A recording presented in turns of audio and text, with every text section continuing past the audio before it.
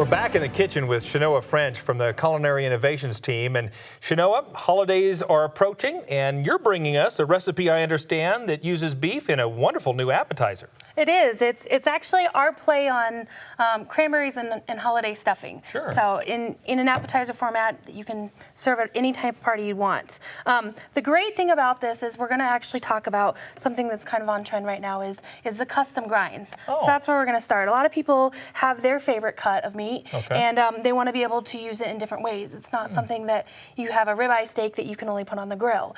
So what we're going to do is we've created a custom blend, a meat blend, and we're going to make just traditional meatballs after we've done that. Very good. So our blend is it's a little bit of brisket, okay, a little bit of ground beef, yes, and a little bit of ribeye. So a little bit of that extra fat flavor for you. And All I'm going to go ahead, mix together. I'm going to throw gloves on just so we can work through this, but at home you don't need to. Yeah, I have to admit I've not done any of my own custom grinds, but interesting concept. Yeah, and so if you walk into the grocery store or into your meat counter and you can tell them, you can ask for them to grind this for you. Sure.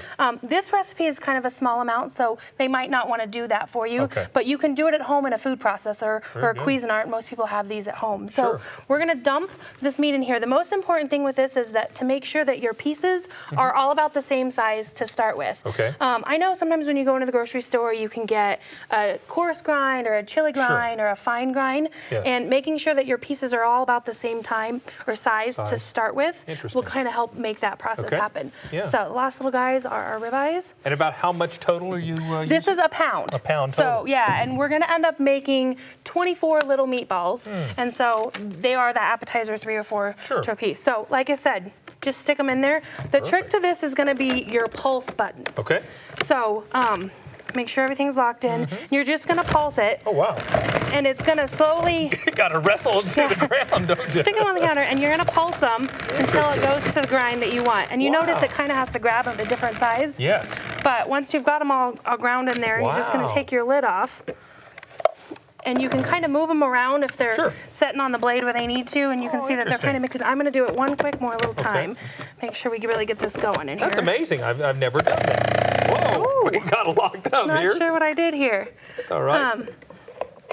Hit a piece of bone or something on it. There's no bone in there, So you always fillet the ribeyes before you put them in the Cuisinart. That's always good. So we're going to show you how you mix the rest of these meatballs together from that. But if you continue to use the pulse button, it'll grow, and you can see there's tiny little pieces in here. Right. And that'll give you a different bite in the size of your meatball. Really? Yeah, so the more that you process it all the way down and it gets smoother in there, the bite will be much softer, and you leave them a little bit bigger, you'll have a more a chew to your meatball. Oh, interesting. So that's the one thing to think about, So what we're going to do, and the nice thing about having a big bowl here is then we can just mix directly in this bowl. Sure. So standard meatball recipe, which is really simple, a little bit of garlic. So you're going to start with crushed garlic. If you don't want to use fresh, you can go ahead and use powder or granulated. Okay.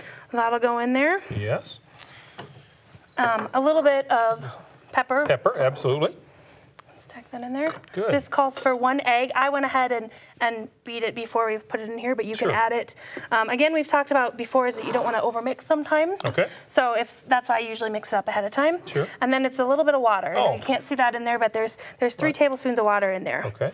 And then what makes this some of our mini Mary is that you're going to take your standard stuffing mix. Oh, really? So a prepackaged stuffing mix. A lot of people use these around the holidays. Sure. Mix a couple different things into them, and that is going to be kind of your binder or your breadcrumbs that you would normally add into meatball. Brings a separate flavor itself too. And it really brings that smell of the sage without having to add another bunch of ingredients. So then you would just basically take this, mix it in with your hands. Yes. And the thing is you're going to make 24. Most of the time when you're making meatballs, you make them a little bit bigger. Yes. But I like to say that these should be about the size of a large gumball, little kid. So you need 24 out of a pound, which is bigger than normal. So you get all these and you put them on a baking sheet like normal, bake them in the oven for 16 to 20 minutes so they're nice and golden brown, 160 degrees internally. And then you're going to serve them over here. Wow. And as we talked about the holiday, bringing that theme in, the sauce that's in the middle there is it's a homemade cranberry barbecue sauce. I wondered what was making it so red. Yeah. So it's whole fresh cranberries. Okay. And you're adding a normal barbecue sauce ingredients. It's ketchup, molasses, brown sugar, a little bit of water. butter, some onions, and you're going to put it on the stove in a stock pot and let it cook and simmer down for about 20 minutes. And then the trick to get that real nice shine to it and real smooth texture is you're going to run it through a blender. Oh. So, and the trick is that you want to use while it's still warm, so it'll process through a little bit easier. Wow. But you'll run it through a blender, and then you can serve the meatballs and cranberry barbecue sauce together. What a unique way to utilize beef in an appetizer with a lot of the ingredients you're already going to have at holiday time. Yeah. Thank you so much for bringing this idea to us. For this and other outstanding recipes, visit beefitswhatsfordinner.com, or you can go to our website at cattlementocattlemen.org.